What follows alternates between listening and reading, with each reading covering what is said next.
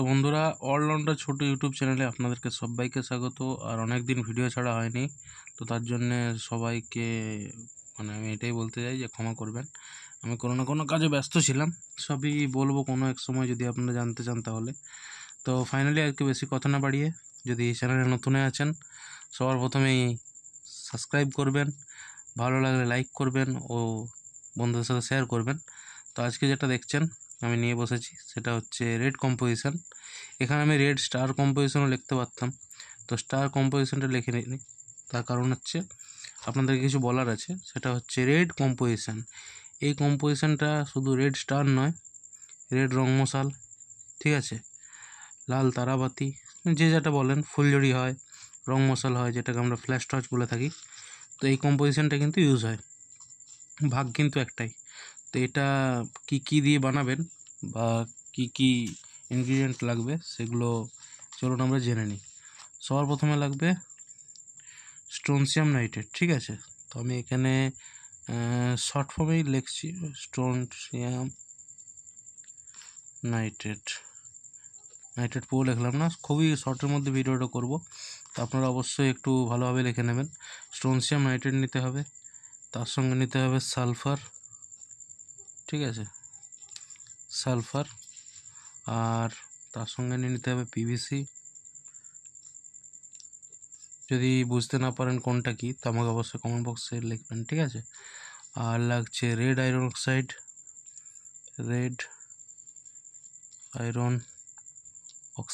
এটা আমি পুরো লিখে দিলাম যাতে বুঝতে না কষ্ট হয়। আপনারা অবশ্যই স্ক্রিনশট নিয়ে নেবেন, আর যদি পারেন আপনারা কিন্তু নিজস্ব হাতের লেখায় অন্য একটা কাগজে লিখে নেবেন, ঠিক আছে।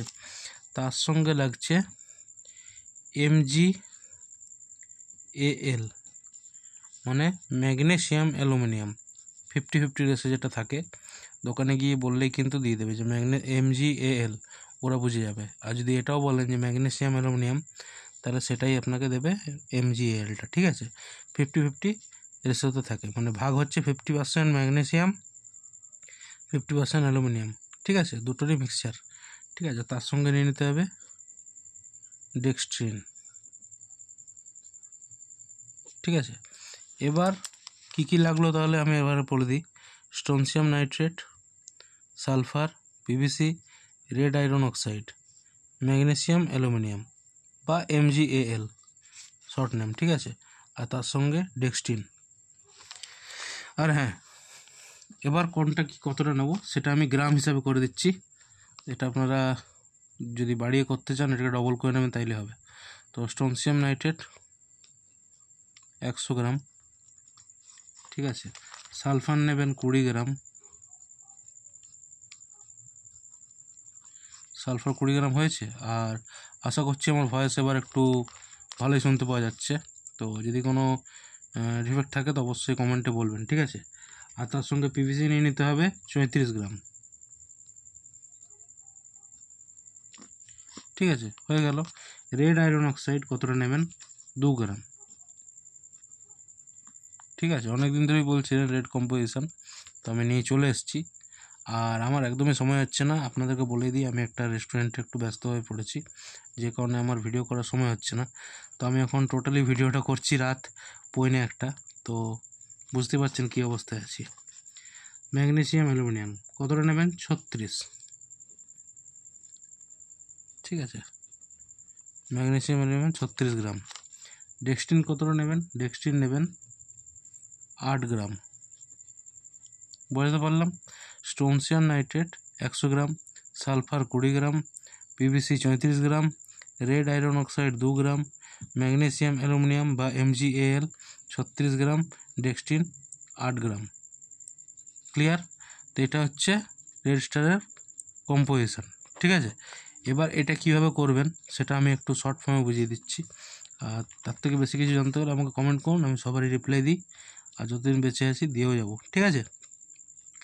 সবার প্রথমে স্ট্রোনসিয়াম নাইট্রেট ওজন করবেন, সালফার ওজন করবেন, পিভিসি ওজন করবেন, রেড আয়রন অক্সাইড ওজন করবেন, ম্যাগনেসিয়াম অ্যালুমিনিয়াম ওজন করবেন, ডেক্সট্রিন ওজন করবেন। ডেক্সট্রিনটা বাদে এটাকে বাদে এই পাঁচটা আইটেমকে ওজন করে ভালো করে আলাদা আলাদা, আমি যেরকম বলি আলাদা আলাদা করে রোদে দেবেন। ঠিক আছে, রোদ থেকে তুলে নিয়ে আসার পর এই 5টা জিনিসকে 1 থেকে 5 অবধি ডেক্সট্রিন বাদ দিয়ে 5টা আইটেমকে ভালো করে কিন্তু বল মিল করে নেবেন। সরি, ভালো করে বল মিল করে নেওয়ার পর এর মধ্যে যদি 50% অ্যালকোহল 50% ওয়াটার অ্যাপ্লাই করতে পারেন, মানে ডোটাকে তৈরি করার জন্য খুবই ভালো।